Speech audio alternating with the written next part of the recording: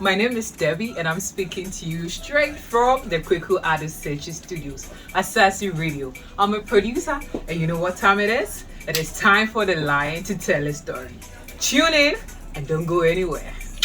So how did you get to what you do? And I want to explain what you do in engineering, Okay. because I think you're probably one of one in Rastafari in terms of what you do. And this is remarkable. There's two of us. There's brother Aziz from North Carolina. He also Okay. works in the water industry. Okay, Yeah, okay. And big up Ras Aziz. We're working on a project together right now for the Naya Being Girls. So Okay. yeah, so Yeah. So I got my undergraduate in chemical engineering because Yeah. at the time, I mean, I always wanted to be an environmental engineer, but at the time, you know, in the 90s, early 90s into the changing over into the new millennium, the programs weren't as robust, so they were focused heavily on civil engineering. Yeah. So building bridges and roads, and I was like, I don't want to build Ras bridges culture. and roads. We're gonna bring Ras Yeah. culture. I want to build bridges and roads. It was so interesting because I'm building bridges and roads. Well, I'm working in the infrastructure of roads and bridges. And so I did chemical engineering because I thought about pollution, and I thought, well, who are the polluters? Well, polluters are people who are chemical engineers, because chemical engineers, they pretty much do everything that from refining oil to making, you know, surfactants to any. Okay, stop there. Surfactants. Don't So- just pop out them word there.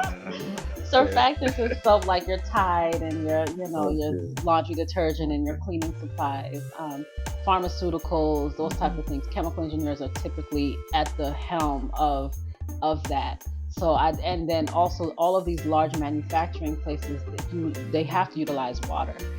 Water for the sourcing and for making their product, and also for cooling their machinery.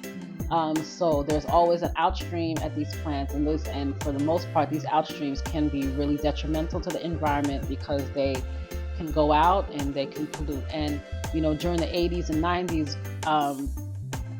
we're industrialized, but we're not concerned about like pollutants. And then there's also new chemicals that are being brought into the system that we don't even know how they react to the environment.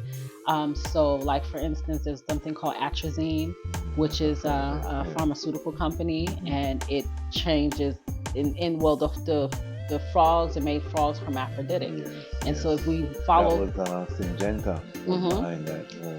and being that, you know, even though, you know, we don't eat flesh, it still goes up the food chain, but you know, we're still dealing with the water source and agriculture, so we're still getting it, and a lot of these things are volatile as well.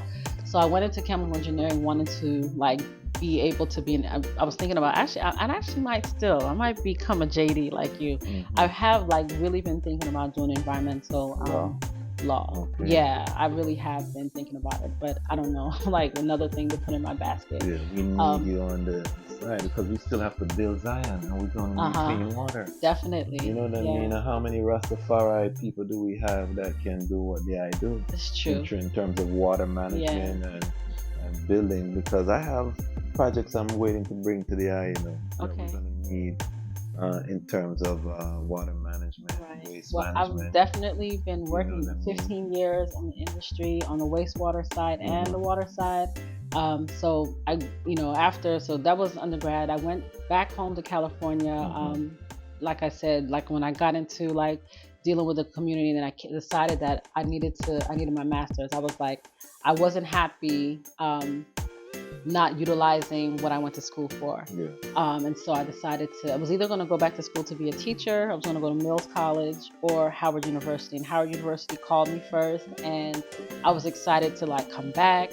At the time I had my 3-year-old, and I was also pregnant with Jakai at the time. And at that time, you know, Rastafari Basic Academy was thriving. I had come to DC for the Empress Menin conference at, you know, Nana Farika. Big up Nana Farika. Yes, put together. Sister Isla, Rastafari Basic Academy. They'll be on this platform in DC. And so coming here and just being in DC and being around I think that's actually the first time that I met Mama Waleti.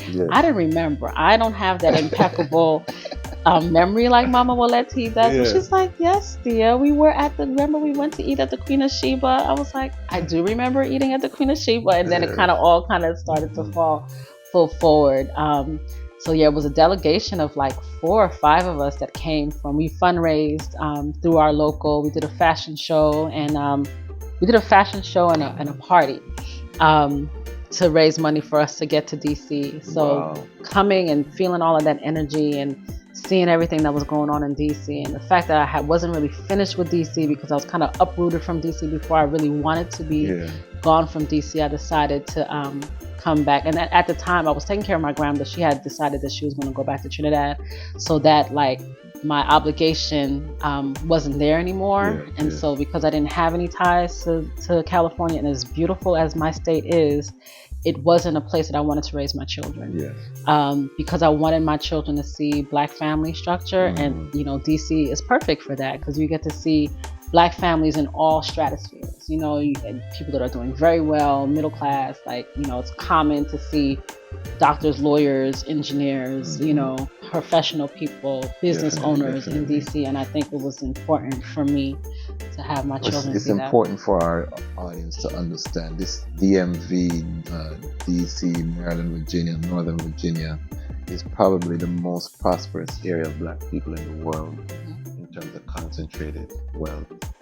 From the Africans, from the diaspora, the Caribbean, African American, because we have the federal government here. We have all of these agencies, the military industrial complex, a lot of Black people are employed. So you have a lot of 6-figure plus Black people, in this area. That's not unusual.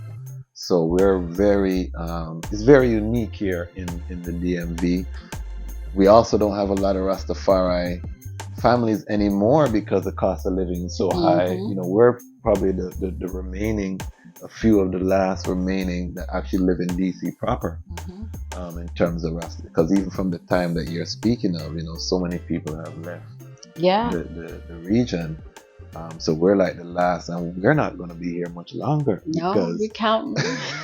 We're ready to go across on the other side. So let's talk about Ashley Pure, and then I want to talk about the Ghana child. This is a Queen Mother on the continent. This is somebody who you just think is a regular person. So let's talk about Ashley Pure, because every time I try to be Ethiopian thick with my wife, I have to get her some products from Ashley Pure. I have to make sure that I get the products from Mama Thea, who you translated your knowledge of chemical engineering into creating products that I think are second to none. Talk about Ashley Pure. Yeah, so Ashley Pure is, my 4th child. It's definitely one of my children, and I established it in 2005.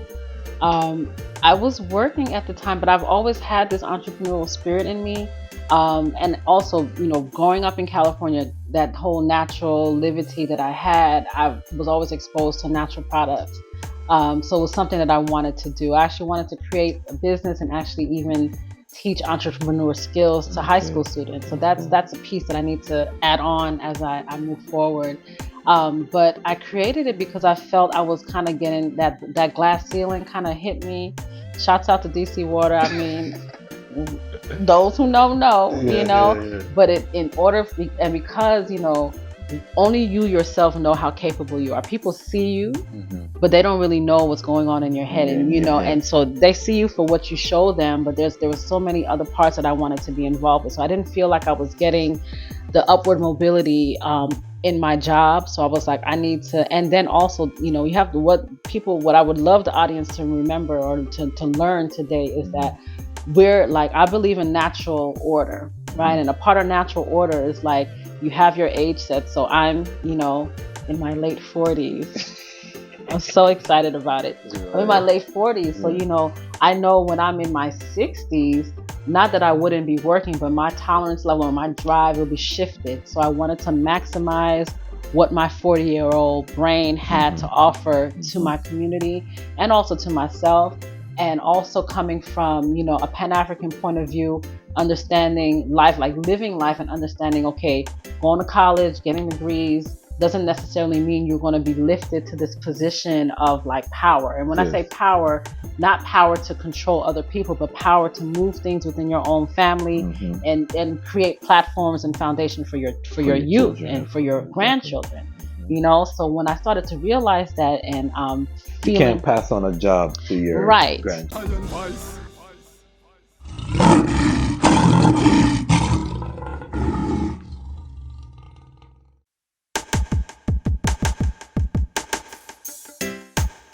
Well, great is the Almighty, and greatly to be praised in the city of Haile Selassie I, the mountain of His holiness. Yeah, from Cape to Cairo, from Timbuktu to the Nile, you know, the whole entire continent.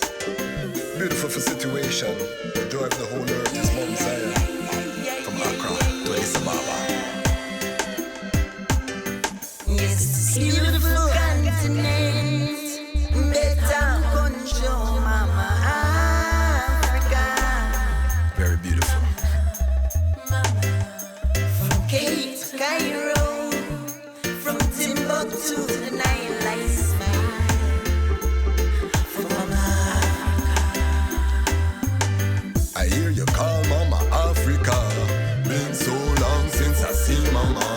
Father of Africa set the law. The lion come and dismantle Babylon flaw. We gonna use solar energy, use sanitation to build the ecology. We utilizing green technology. We hailing Haile Selassie first without apology. And then we build the youths them economy. We dismantle Babylon monopoly. We teach the youths them how to live properly. Tell them make sure them got the title for them property. Yes, this beautiful continent, better control, Mama Africa. From Cape to Cairo, from Timbuktu to the Nile, I smile for Mama Africa. I love you, Mama. Your heart never harden. I wanna turn all your slums into garden. I wanna stop all of your youths from starving. I wanna stop all of your tribes from warring. So much to say, so many feelings. We both been hurt, we both need healing. Since the League of Nations, you've been appealing. You stand up against them backdoor dealing. I hear you call Mama Africa. Been so long since I seen Mama. Father of Africa set the law. The lion come and dismantle Babylon flaw. Then I hear you call Mama Africa. Been so long in America. Father of Africa set the law. The lion come and dismantle Babylon flaw. So be still, all enemies of Jah. Know that He's the King of Kings and Lord of Lords, the Lion Conqueror. And it was said of Ethiopia, the highest himself shall establish her. His Majesty was born there. And I know that I love you so. There's no place that I'd rather go. Tired of walking through slush and snow. Repatriation, that's the most I know. Yes, into this beautiful continent, better control, Mama